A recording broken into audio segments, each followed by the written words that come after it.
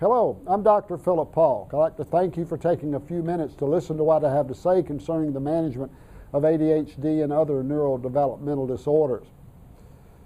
I've been in practice for 36 years and have treated thousands of patients with acute and chronic health issues.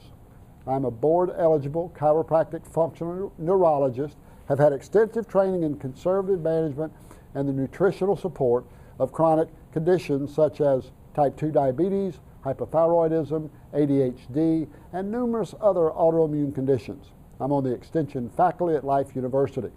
I've been published in medical journals. There's no single cause of spectrum disorders or ADHD, but the end result is the same.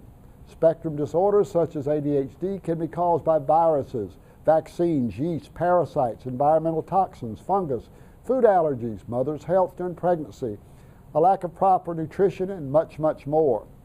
I've never seen a child with an autism spectrum disorder that did not have an autoimmune disorder. How many of you know what an autoimmune disorder is? I will explain that in greater detail at the workshop. How many of you know which side of the brain is affected when you've been diagnosed with autism spectrum disorders or ADHD?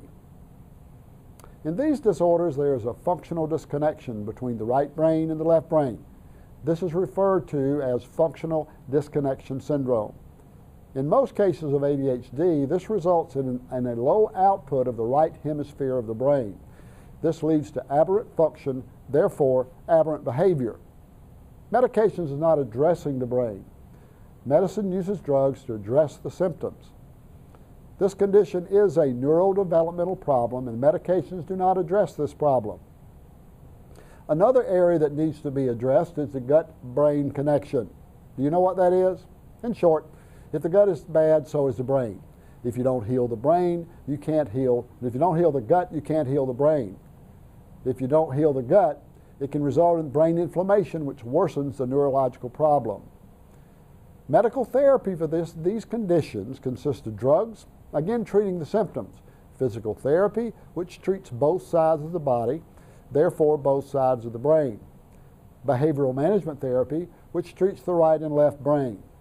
There's occupational therapy, which is left and right brain specific, and there's also speech therapy. Again, it's right and left brain therapy. I'm not saying these therapies can't help, but remember, ADHD is a right brain problem with most children. Another aspect of ADHD is a high probability of food sensitivities. Gluten sensitivity has been implicated in many studies as a causative factor of ADHD. This sensitivity can result in the production of a neurotoxin which inflames the brain tissues. Another culprit could be milk proteins. If the patient has inflammation, they will also have brain inflammation. Soy protein can be involved in this complex condition. It can result in gut inflammation and brain inflammation. I will discuss this in greater detail at our workshop.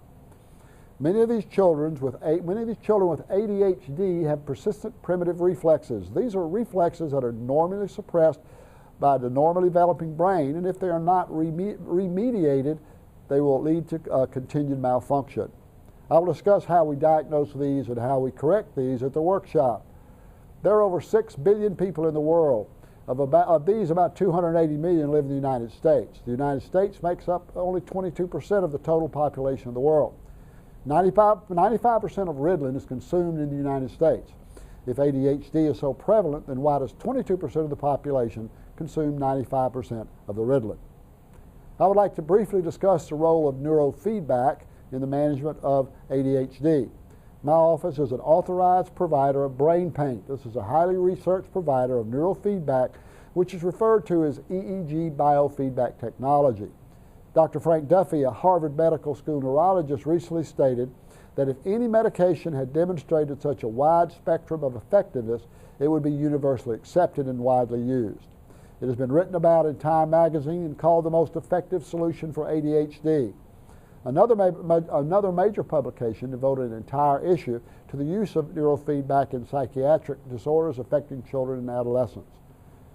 Also, the American Academy of Pediatrics has now recognized neurofeedback as a clinically effective treatment for children that have ADHD. During the training session, the patient is connected to an EEG system using surface sensors. The patient's brain waves are displayed on a computer. And on a separate computer, the patient is watching their own brain waves represented by images. This process retrains the brain wave patterns and improves brain function, therefore improving the symptoms. This procedure is non-invasive, easy, and the research says that the results are permanent. As you can see from the short presentation, that these spectrum disorder conditions can be highly complex and multifaceted. This is why we look at each patient from all angles. It is not one size fits all. We attempt to locate the problem and assist the family and patients towards correction of this problem.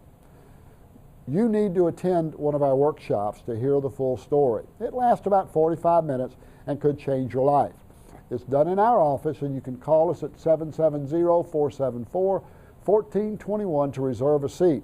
You can also go online at bpalkclinic.com and connect to Facebook to reserve your seat. Maybe there is a better way. I'll see you there.